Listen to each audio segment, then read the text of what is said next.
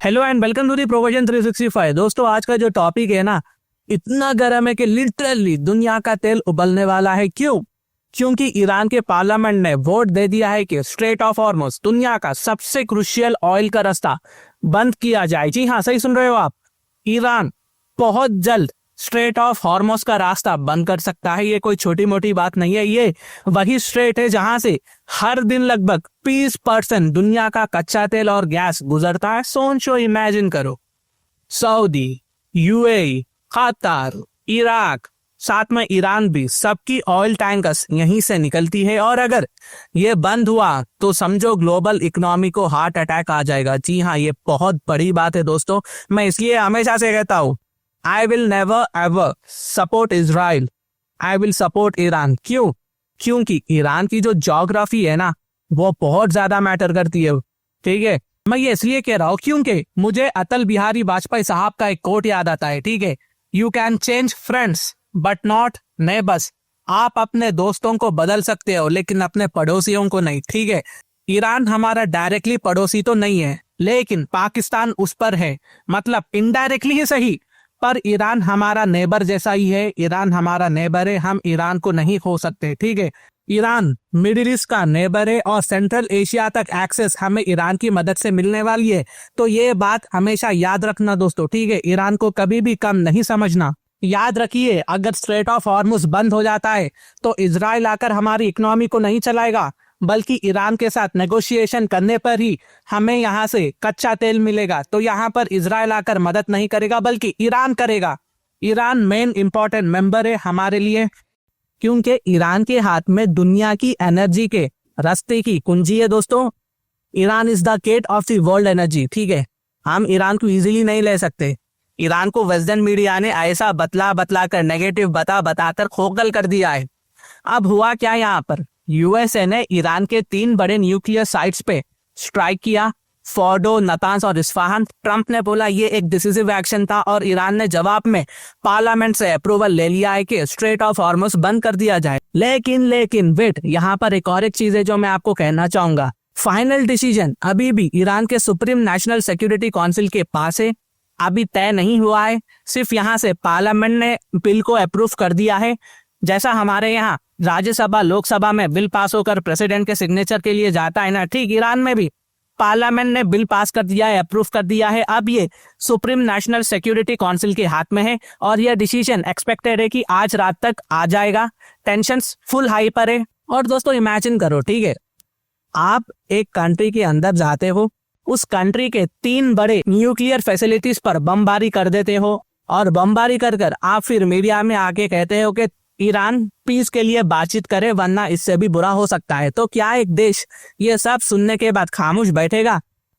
ये जरूर ये बिल पास हो जाएगा दोस्तों। और दोस्तों मैंने पास्ट में ना ये प्रिडिक्ट कर दिया था कि ईरान जरूर इस मामले में कुछ बड़ा करने वाला था। यहाँ पर आप मेरी वीडियो को देख सकते हैं। मैंने 6 दिन पहले ही एक वीडियो अपलोड करी थी जिसमें मैंने क्लियरली कहा था कि ईरान स्ट्रेट ऑफ हॉर्मुज बंद करेगा।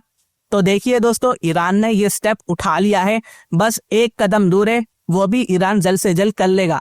और दोस्तों मैं देख रहा था कि अभी से ही ऑयल प्राइसेस ऊपर जाने लगे हैं। एक्सपर्ट्स कह रहे हैं कि अगर स्ट्रेट बंद हुआ तो हर दिन $1 बिलियन का ऑयल ट्रेड रुक जाएगा। मैक्स जैसे बड़े बड़े शिपिंग कंपनीज कह रही है कि वो अपने शिप्स को क्लोजली मॉनिटर कर रही है।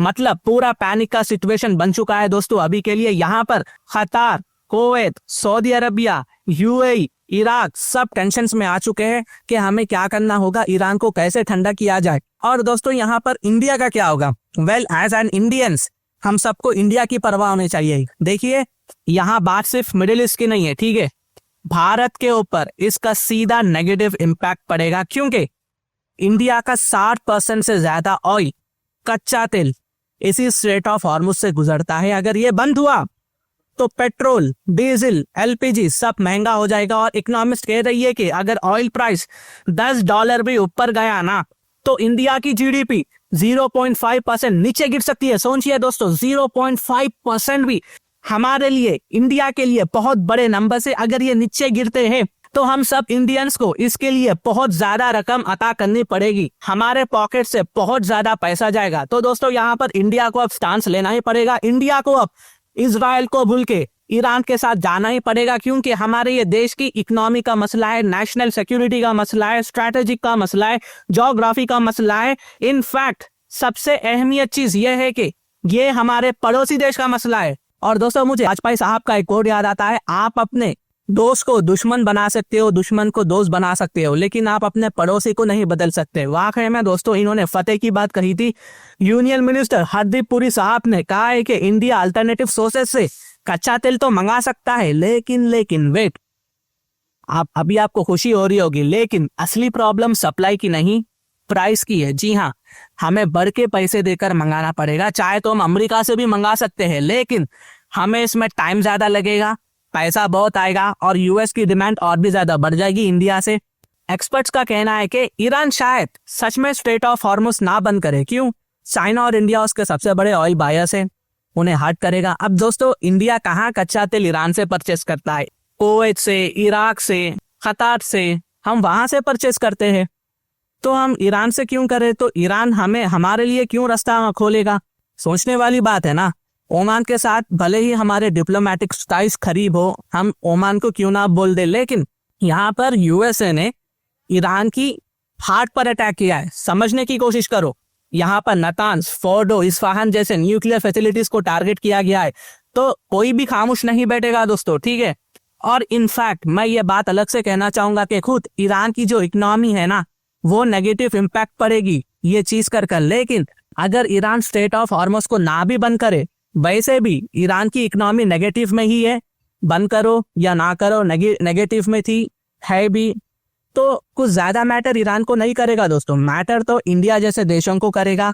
इंडिया एज एन इंडियन, हम इंडियंस $5 ट्रिलियन इकोनॉमी को टारगेट कर बैठे हुए हैं। वो टारगेट को अचीव करने में इंडिया को बहुत सारे दिक्कत आएगी अगर स्ट्रेट ऑफ हॉर्मुज बंद हो जाता है। लेकिन दोस्तों यहाँ पर ना हिस्ट्री रिपीट हो रही है, ठीक है। ये सिचुएशन कुछ 1980s के टैंकर वॉर जैसी लग रही है, जब ईरान और इराक ने एक दूसरे के टैंकर्स पर अटैक किया। यहाँ पर ईरान ने यूएस के भी वॉरशिप को गिरा दिया था मारकर, और इसके बाद यूएसए ने ऑपरेशन ईयरनेस्ट विल लॉन्च किया था ऑयल शिप्स को प्रोटेक्ट करने के लिए। लेकिन उस वक्त भी स्ट्रेट को कुछ खास क्लोज नहीं हुआ है, क्योंकि उस वक्त देखो ईरान काफी ज्यादा डेवलप नहीं था, ठीक है। अब जिस तरह से आज का ईरान है ना, पहले ईरान वैसा नहीं था। तो आप समझ सकते हैं ईरान इतनी एबिलिटी तो रख सकता है कि वो स्ट्रेट ऑफ हॉर्मुज को बंद कर दे। आगे क्या होगा दोस्तों? अगर स्ट्रेट ऑफ हॉर्मुज बंद होता है तो सिर्फ एक ऑयल की क्राइसिस नहीं, ये जियोपॉलिटिकल वार बन सकता है। US, Israel, GCC states, China, India सब इसमें खींच लिए जाएंगे और सबको अपनी अपनी साइड्स को पिकअप करना पड़ेगा। वर्ल्ड ऑयल सप्लाई का पल्स इस छोटी सी जगह पे डिपेंड करता है। तो बहुत से यहाँ पर एलाइज बनेंगे, बहुत कुछ हो सकता है अगर रास्ता बंद होता है। तो दोस्तों आज की अपडेट सिर्फ हेडलाइन नहीं है, ठीक है। ये दुनिया के एनर्जी फ्यूचर का इंडिकेटर है। स्ट्रेट बंद होगा या नहीं ये तो वक्त ही बताएगा, लेकिन जो तस्वीर बन रही है वो डेंजरस है और अनस्टेबल है। तो दोस्तों ये कुछ अपडेट्स थी जो मैंने आप तक लाया है। अगर मेरी वीडियो इन्फॉर्मेटिव दिखे तो इंटरनेशनल अफेयर्स के लिए आप मेरे चैनल को सब्सक्राइब कर सकते हैं। Thank you for watching, thank you for listening and I always say God bless you all.